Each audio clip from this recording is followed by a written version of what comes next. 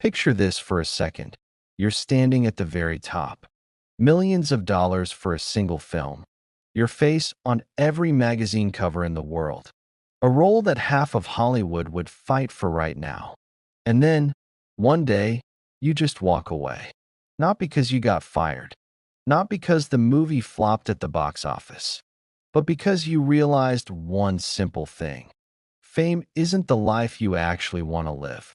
We tend to assume that success in Hollywood is the ultimate goal, that anyone in these people's shoes would hold onto the camera with both hands until the very end. But film history is full of dozens of cases where actors and actresses, right at the peak of their careers, turned around and walked in a completely different direction, sometimes for good. Today we're going through 7 of those stories. A boy who found the golden ticket in a movie and traded it for a veterinary clinic. A Hollywood beauty who became an actual princess. A 3-time Oscar winner who spent years as a cobbler's apprentice. A comedian who chose raising his kids over film sets. An actress who fled the industry to reclaim her own life. A young heartthrob who turned down both Superman and Batman. And a golden age Hollywood legend who devoted the rest of her life to rescuing homeless animals. Each of these stories has its own reason behind it. But there's something they all share, and we'll get to that by the end of the video. So get comfortable. This is going to be a long one. If you enjoy Whatever Happened To videos, subscribe to the channel. We've got plenty more of these coming. Let's start with what's probably the most astonishing story on this list, precisely because it happened to a child, not to an adult who'd already grown tired of fame. It's 1971. A 12-year-old boy from Cleveland, Ohio, lands the lead role in a film that will become a classic for decades to come, Willy Wonka and the Chocolate Factory. His name was Peter Ostrum. He was spotted by talent scouts during a school play, passed a successful audition in New York, and suddenly found himself playing Charlie Bucket, a poor boy who finds a golden ticket and ends up at a dream factory alongside an eccentric candy maker played by Gene Wilder. Filming took 5 months in Germany. It seemed like the perfect launch for a legendary child star career, a first role that instantly became an iconic classic. Once filming wrapped, the producers offered Ostrum a 3-picture deal, a direct ticket to a stellar future that thousands of child actors could only dream of. And the 12-year-old turned it down. Ostrum later said he wasn't entirely sure he'd fallen in love with acting itself. The film had given him a wonderful experience. The shoot had been a fun adventure, but it hadn't turned into a lifelong passion. The producer gave him a week to think it over, and Peter spent that week in California weighing the pros and cons. In the end, he decided showbiz simply wasn't for him. Instead of Hollywood, the boy went back to an ordinary childhood in upstate New York. He attended a regular school. By the time the film hit theaters, his classmates didn't even immediately recognize him as the movie's star.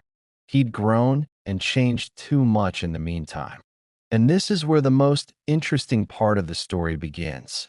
When Ostrum came back from filming, his parents bought him a horse to celebrate the movie's release. It was through that horse that the boy met a local veterinarian, and he was struck by how genuinely that person loved their work. From that moment on, Peter Ostrom's path was basically set. He enrolled in the veterinary program at Cornell University, one of the most prestigious in the U.S., and earned his Doctor of Veterinary Medicine degree in 1984. What followed was more than 3 decades of practice, specializing in large animals, cows and horses.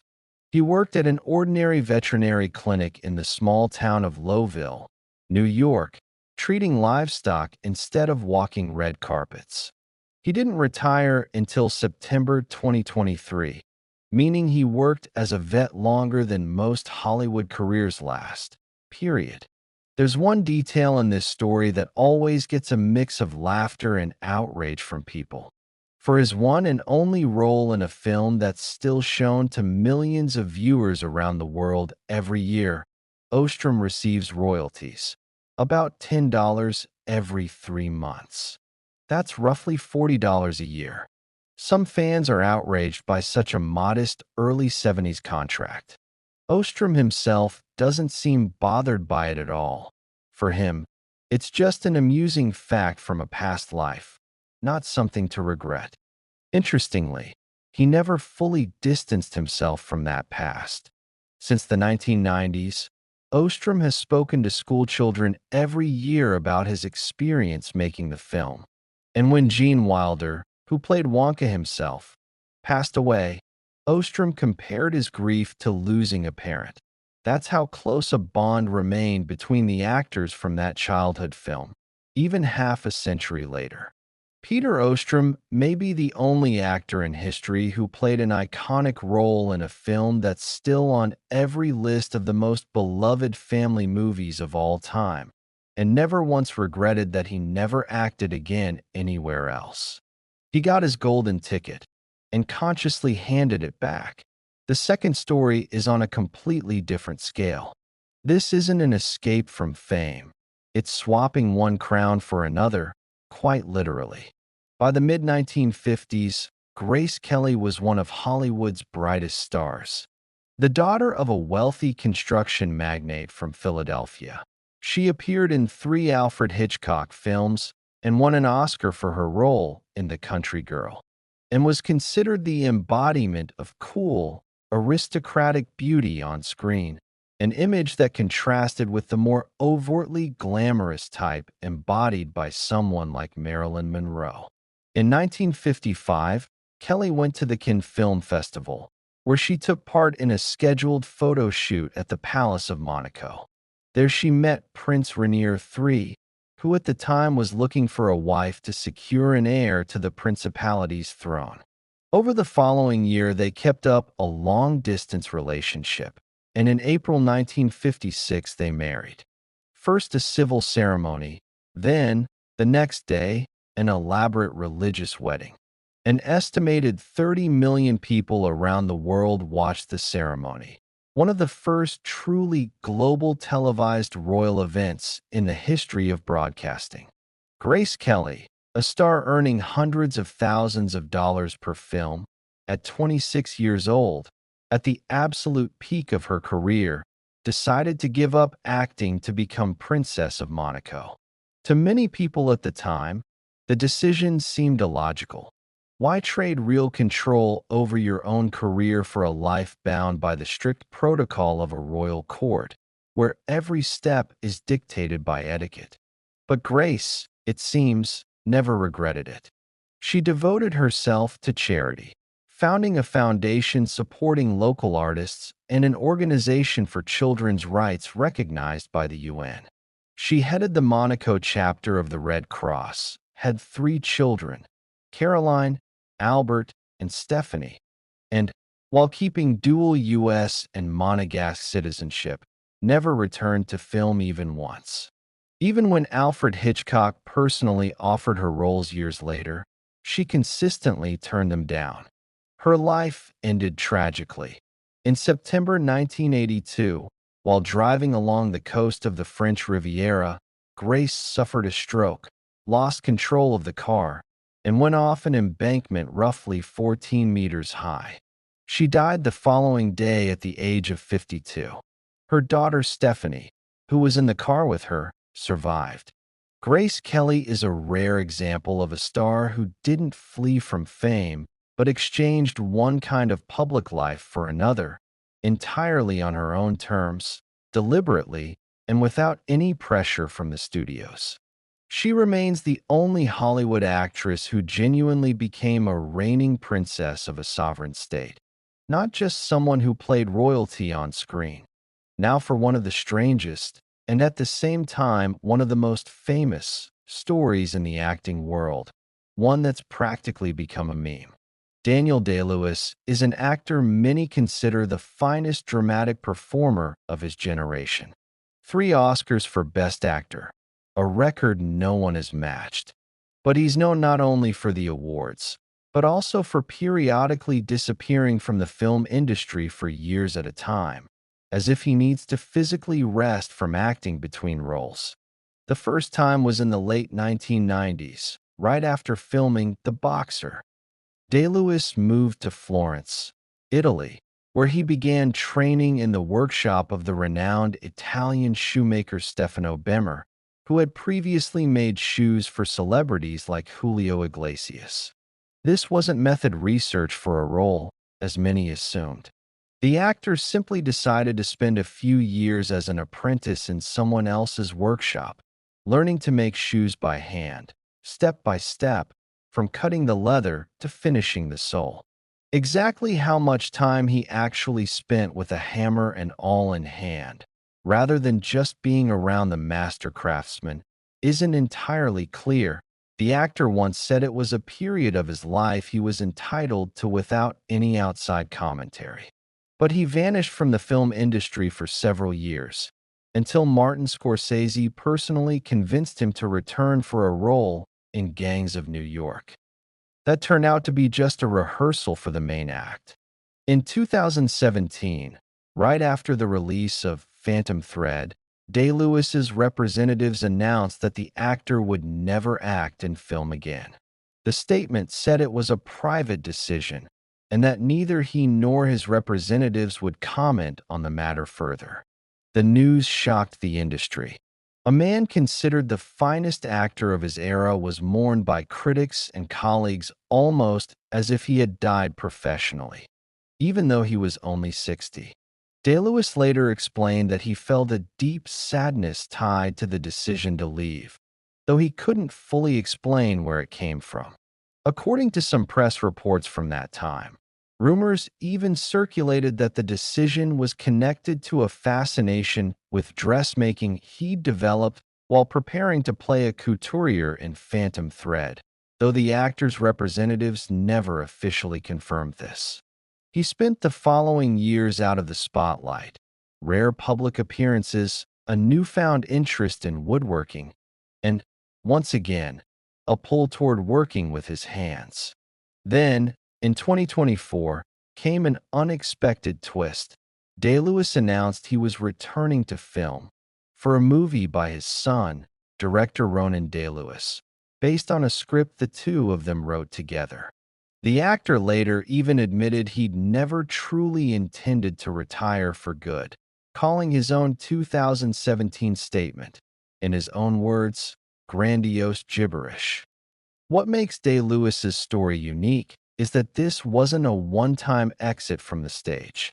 This is a man who, several times in his life, deliberately chose a craft done with his hands over the spotlight, and came back only when he himself truly wanted to, not when the industry wanted him to. This is one of the most human stories on our list, and that's exactly why it's been circulating as a good dad meme for over a decade now. Rick Moranis, in the 1980s and early 1990s, was one of the most recognizable comedic actors on the planet. Ghostbusters, Little Shop of Horrors, Spaceballs, Honey, I Shrunk the Kids. These films made him a favorite of an entire generation, and audiences recognized him instantly by his glasses and his signature nervous, funny nerd genius persona. But in 1991, tragedy struck. Moranis' wife, costume designer and Belsky, whom he'd been married to for just 5 years at that point, died of breast cancer. The actor was left a single father of 2 young children, a son, Mitchell, and a daughter, Rachel. For a few years, Moranis kept working. He appeared in The Flintstones in 1994 and finished a few more projects, including another sequel to Honey, I Shrunk the Kids. But over time it became clear, combining single parenthood with Hollywood shoots and constant travel around the world just wasn't possible. In an interview with USA Today, he later explained his exit from film this way. He started pulling back from movie making around 1996 to 97, because as a single parent, he found it too difficult to manage raising his kids alongside the travel that film work required. What began as a small break gradually turned into a full exit from the industry, and Moranis himself admitted that, over time, he simply stopped missing the work. The most important thing about this story is that Moranis never framed his decision as a dramatic resignation or a grudge against Hollywood. It was simply a matter of priorities, stated plainly and without any drama. He turned down major offers, including a part in the 2016 Ghostbusters reboot, explaining simply that he saw no point in returning for one day of shooting to a franchise made 30 years earlier. Throughout all this, Moranis stayed creative, but selectively. He voiced characters in animated films like Brother Bear and released a Grammy-nominated comedy album. And once his kids grew up, his daughter graduated from Harvard, his son went into creative work, the actor gradually began returning to the screen. First through a commercial with Ryan Reynolds in 2020, and now he's set to reprise his role as Dark Helmet in the new Spaceballs film planned for 2027. Moranis' story resonates with anyone who's ever had to choose between career and family. The only difference is that he had to make that choice publicly, turning down millions of dollars and star status, just to be there for his own kids during the hardest period of their lives. The fifth story is a little darker than the others. It's about how the flip side of fame can be not exhaustion, but genuine fear. In the late 1990s and early 2000s, Josh Hartnett was one of the most in-demand young actors in Hollywood. In 2001 alone, he appeared in 9 films, including the blockbusters Pearl Harbor and Black Hawk Down. He was offered the role of Superman in a franchise relaunch and the role of Batman in Christopher Nolan's trilogy. Hartnett turned down both. The reason wasn't creative differences. It was something the actor himself later described in terms of his mental health. Hartnett candidly said that the attention people gave him at the time was borderline unhealthy. According to him, when he was 27, a man showed up armed at one of his premieres claiming to be his father. That person was later arrested and convicted. It was just one of many unsettling incidents from that period. Instead of continuing to chase leading roles in blockbusters, Hartnett deliberately started turning down some of the most bankable offers, including a role in Brokeback Mountain, which ultimately went to Heath Ledger, who received an Oscar nomination for it. Hartnett has said he doesn't regret missing that opportunity, though he jokes that he always wanted to kiss his potential co-star Joaquin Phoenix. Hartnett later explained that the biggest issue for him was how overwhelming the industry turned out to be for a 21-year-old kid. Paparazzi lurked around every corner, and stepping outside meant being harassed. So Hartnett decided the price of that career was simply too high. He moved from Los Angeles to England, met British actress Tamsin Edgerton, and secretly married her in 2021. Together, they're raising 4 children on a farm in Hampshire, surrounded by animals and country life, entirely outside the machinery of Hollywood publicity. Hartnett didn't vanish from film completely. He still acts, roughly 1 project a year, choosing roles based on artistic merit rather than paycheck size or marketing potential. Hartnett's story matters because it shows a side of fame that's rarely discussed openly. Sometimes the problem isn't that a star got tired of the work, but that excessive public attention genuinely threatens a person's safety and mental health.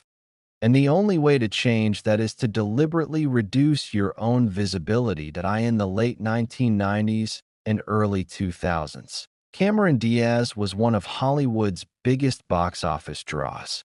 The Mask, Charlie's Angels, What Women Want, and of course the voice of Fiona in Shrek.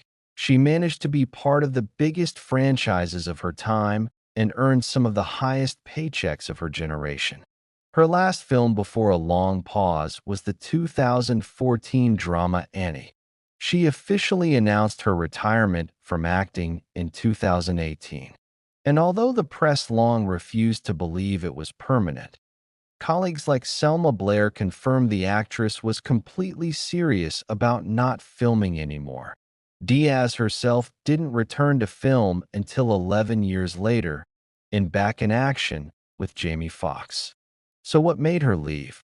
Speaking at Fortune's Most Powerful Women Summit, Diaz explained her decision simply. For her, it was something she had to do, to reclaim control over her own life. No offer, no one's opinion, could change her decision to take care of herself and build the life she truly wanted. Cameron married good Charlotte musician Benji Madden in 2015 and later had a daughter. In several interviews, she admitted that when you're the person on screen, the one delivering the product for the industry, every other part of your life has to be outsourced to other people, from your daily routine to your own schedule.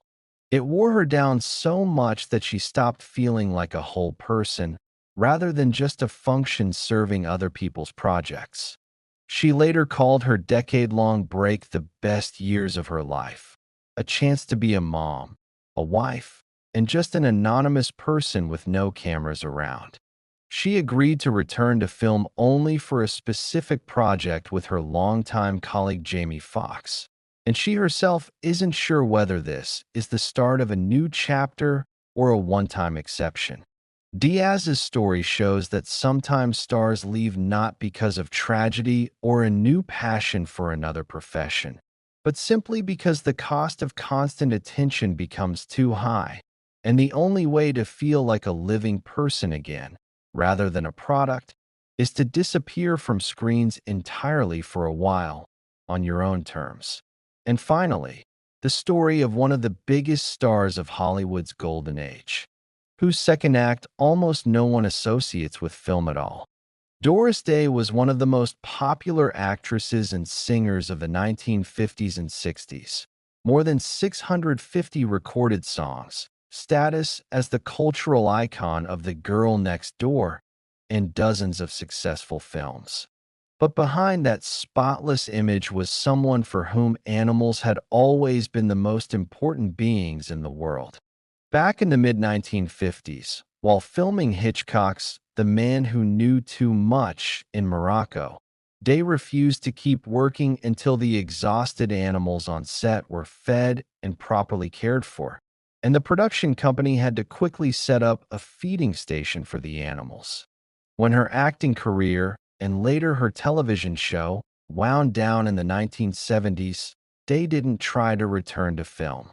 Instead, she devoted herself entirely to animal welfare activism, first founding a pet foundation and later the Doris Day Animal League, which eventually merged with the Humane Society of the United States. The organization rescued homeless animals, fought illegal puppy mills, lobbied for laws against the slaughter of wild horses, and organized an annual nationwide free spay day for pets. Day herself said she was glad to have left show business because she'd never worked as hard in her life as she did volunteering for animals.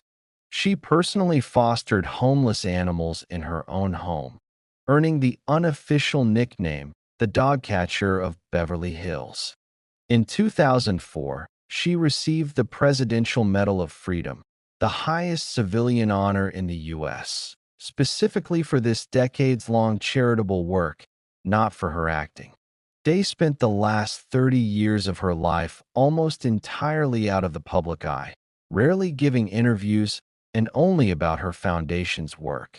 When she died in 2019 at the age of 97, most obituaries talked not just about her filmography, but above all about the decades she devoted to saving animals. Doris Day's story is a reminder that sometimes a star doesn't flee Hollywood for some specific new life. She simply redirects all her energy toward where her true calling always was, with film serving as just the stepping stone that got her there. 7 stories, and 7 completely different reasons for walking away. One found his calling among cows and horses. One traded Hollywood for a crown. One made shoes with hands that used to hold an Oscar. One chose his kids over a film set. One fled dangerous fan attention. One simply got tired of being a picture for other people's eyes. And one discovered that her true lifelong passion wasn't film sets at all, but saving defenseless animals. What do all these people have in common? Not one of them ever seemed unhappy about their decision. On the contrary, almost all of them described their years away from Hollywood as the happiest, or at least the most meaningful, period of their lives. Maybe true luxury isn't the dream role or the magazine cover. It's being able to decide for yourself when enough is enough and having the courage to actually use that right. If you enjoyed this roundup, hit like and let us know in the comments whose whatever happened to story you want to see next. See you in the next video.